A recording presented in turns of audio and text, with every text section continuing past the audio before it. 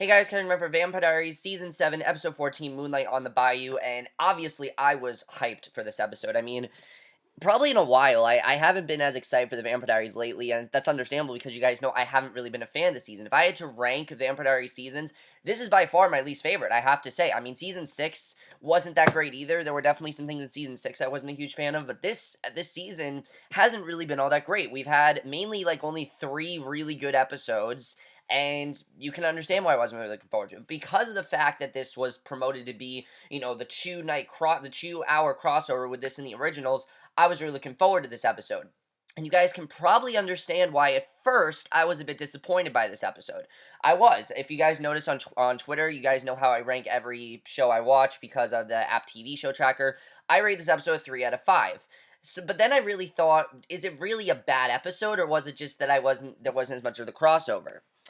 Well, that's what it was. It was that for me, this wasn't much of a crossover. There are only about 4 scenes that really are the crossover. The rest of this episode was regular Vampire Diaries, but it happened to be one of the best episodes of this entire season. I really did love this episode, really thinking back. A lot of the stuff that happened in this episode was really great, and there's no more. This wasn't a bullshit episode. This was not like last week's where we already knew what was going to happen. There weren't any stakes in last week's episode because of the fact that we already knew that Caroline was going to have her babies and that she'd be fine and things like that. We already knew about all that. So a lot of that suspense was ruined.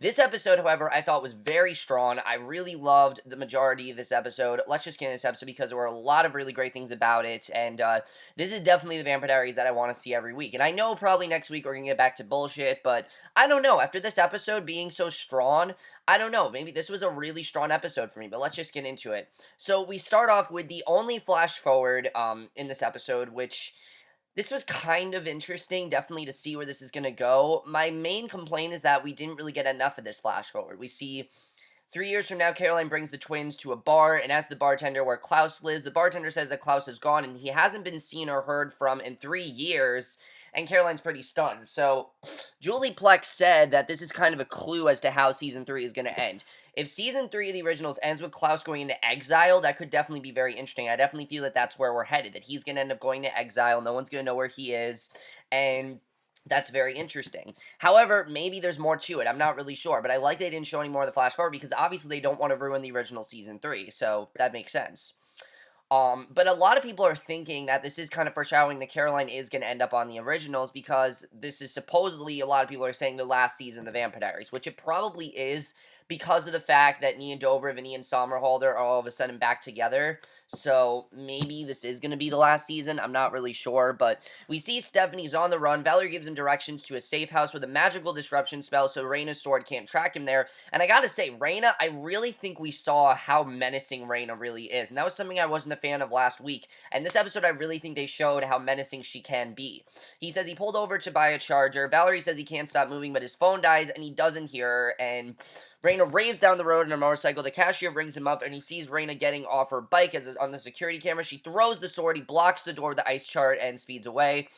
And Bonnie and Damon are then pull up at a house, and Enzo comes out to greet them. He escorts them inside and says this is the Armory, and says it's a collection of supernatural artifacts. And Damon says he hasn't heard of it, and Enzo says that that's what makes it a secret.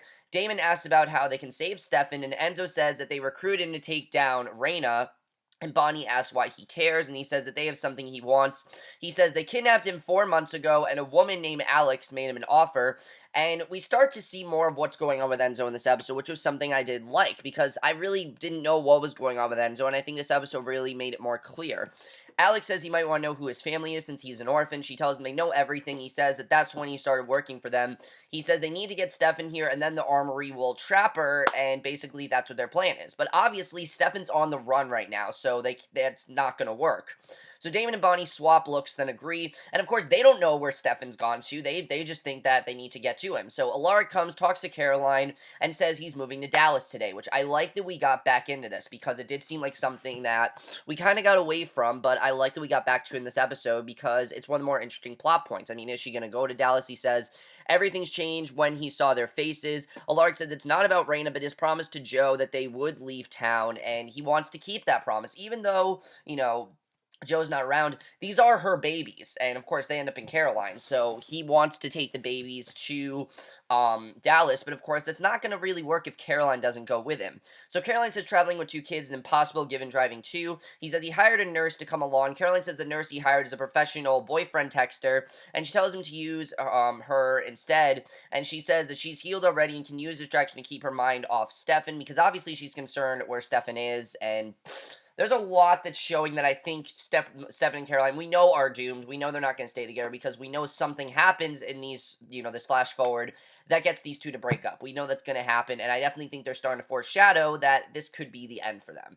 So Stefan looks at his wound and worries. He goes into a bar because now he knows he's marked. He's been marked by Rayna, and he goes into a bar, and there's Klaus. Klaus finds him there, and I gotta say that all the scenes between Klaus and Stefan were not only really satisfying and I think very cathartic for these two characters, but it also really showed that they didn't need to do a whole crossover thing. This was the only thing I was disappointed with. I really wanted to see more of the originals characters in this episode, and this wasn't a full-fledged crossover. But then I thought we don't really need a full-fledged crossover because, again, before I was upset about it, but my only thing is, like I said, we see 4 scenes of Stefan and Klaus really in this episode. There really aren't too many. He welcomes Stefan, calls him old friend. Klaus asks why he's there and how bad it is. Stefan lies and says that he's on R&R there, no reason, and of course he's not telling the truth. And Stefan asks about the rest of the Michaelsons, and Klaus says it's never a dull moment.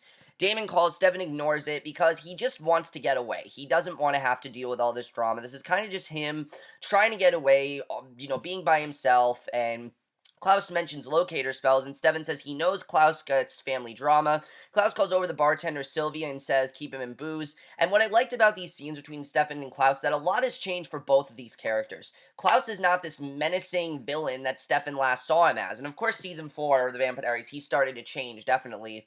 But he's changed even more now. And then with Stefan has changed tremendously too. I mean, Klaus doesn't know everything that's happened with Elena and things like that. He doesn't know about any of that. So definitely very interesting that we saw this. I mean, the last time that Klaus was on the show was the 100th episode of the Vampire Diaries, if you remember, which was a very strong episode. But Klaus was noble of Stefan to stand up for the humans of Mystic Falls, and Klaus asks about Caroline. Stefan says they need another round of drinks. And basically, he needs, because of course he has a lot of explaining to do. Caroline talks to Matt, who says he can't find Stefan's cell phone, and obviously they need to find it because that's how they can locate him. So Caroline and Alaric are driving to Texas, and the baby noise is chaos. The baby just won't stop crying, and Matt says he has to know where Rayna and Stefan are to help. Valerie shows up to Matt's office and hands him a map and says Stefan's on the way to New Orleans and Rayna is chasing him.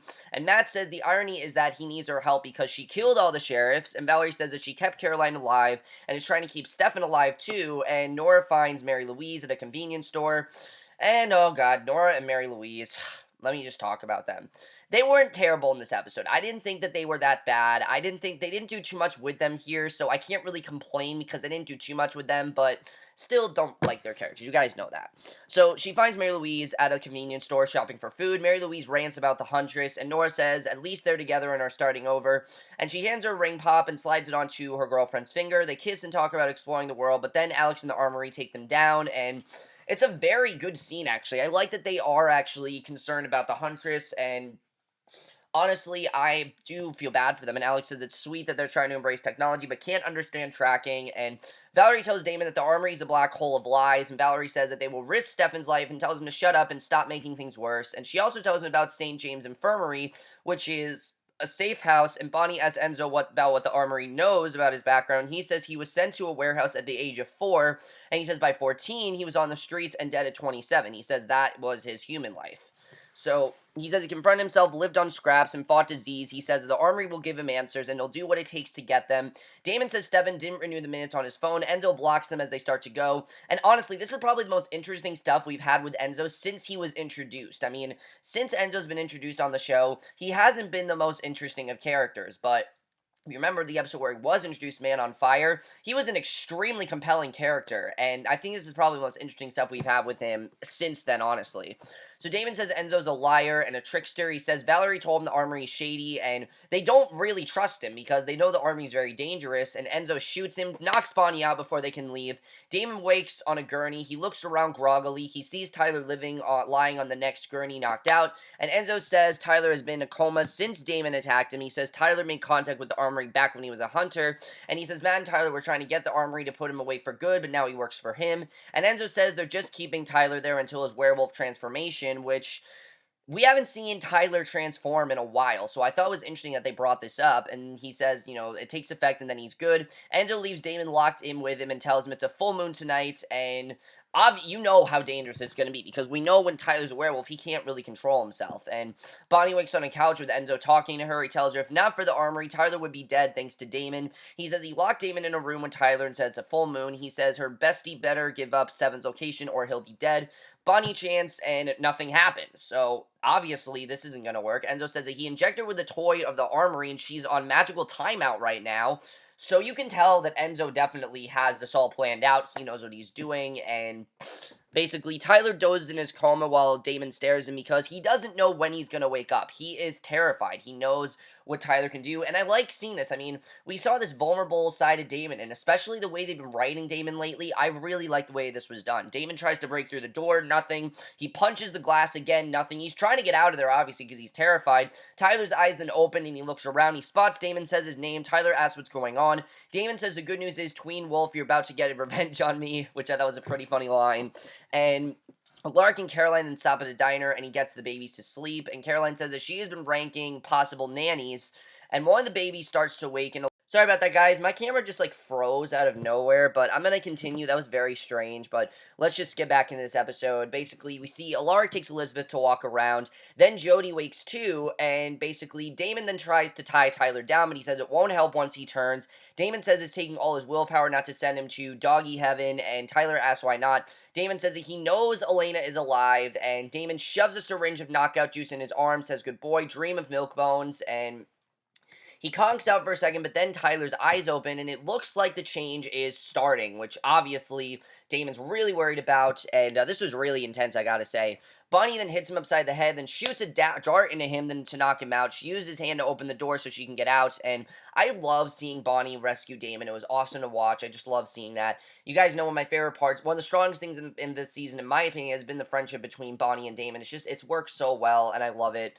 Damon calls Stefan, asks if he's at that place Valerie told him, then says he may need a werewolf antidote, and Stefan says he'll see what he can do and ends the call. Stefan told Klaus about Caroline being pregnant and Seafoam babies and heretics, and Klaus says no way will Caroline hand over the babies and walk away. There's no way, and, she's going to keep these babies, because Klaus knows her, of course, and Klaus asks why he's not with her now, which is a good question, because, if they're supposed to be together, why isn't he with her? And he says a family drama, and then asks if he can hand over some werewolf blood for some werewolf help for Damon. Then Klaus notices him bleeding, says it's the mark of the Phoenix Sword, and he asks if he's made an enemy of Rayna, and rants at Stefan for luring a vicious hound, because, this is his fault, and Klaus says that she was born in New Orleans and killed many of his closest friends, and Stefan says, tell me what to do. Klaus says, you don't draw a huntress to a town full of vampires, and I like that they bonded over this. I like seeing Klaus discipline him. Klaus rants him, says, get out. Stefan says she'll kill him if he leaves. Klaus says, if you stay, I'll kill you. He tells him again to get out, then screams. And I gotta say, what Klaus is saying is pretty much what everyone's been saying about the show, that Stefan's really stupid to lure Rayna there, and I do agree with what Klaus is saying, and that Klaus is just better at handling these kind of things than Stefan is. That's just how he is. So Stefan walks to the door. Stefan then left his phone lying, and Caroline calls. Klaus answers, hello, love, and this was such a good scene. I knew that there was going to be something between Klaus and Caroline in this episode. I didn't know what capacity, because of course I knew we weren't going to see more of the flash forward, but I knew there was going to be something with them that came up, and this was so great. Probably my favorite scene in the episode was this scene. Klaus basically answers the phone, and he asks if it's been too long for her to recognize her voice. He hears the crying baby, says pick her up. She does, and the baby calms down, so he was able to help her. And she asks where's Stefan. Klaus asks if she wants his daughter's outgrown onesies, and she wants to know where her boyfriend is, because obviously that's a problem. And Klaus says, and Caroline says that she's miserable, and please stop gloating. He says Stefan will be fine, he'll make sure of it. Klaus asks if children were in her plans, and she says no, and these aren't hers.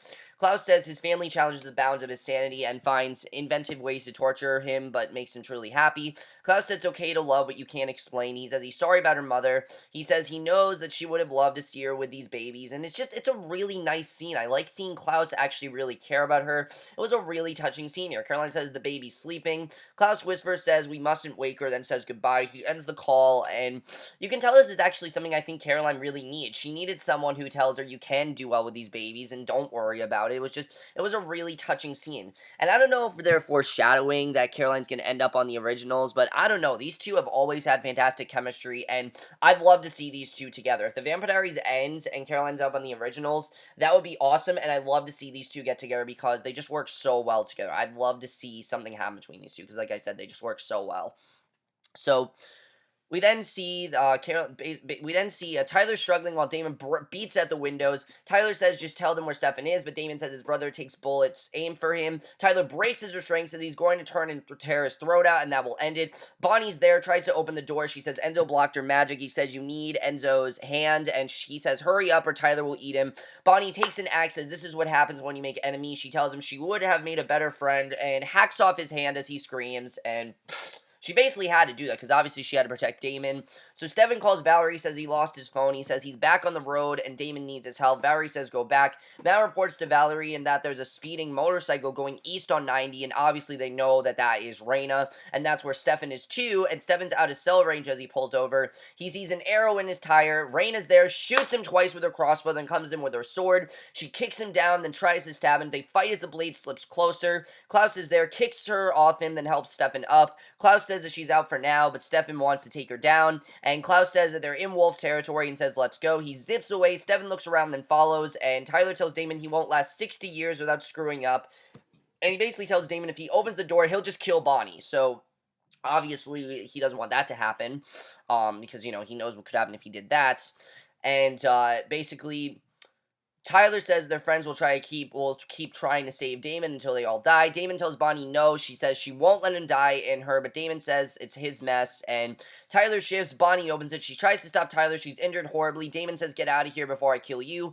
Tyler runs off. Damon feeds her his blood, but he sees that she's not healing, and he tries again. Damon picks her up, carries her out, and for whatever reason, she's just not healing. Whatever Enzo did to her is very dangerous, and I was really worried about Bonnie, I have to say. It really felt like the stakes were high here, and I really like that. And even though we know the outcome of what this is going to be, the stakes were still very high. I mean, really crazy stuff.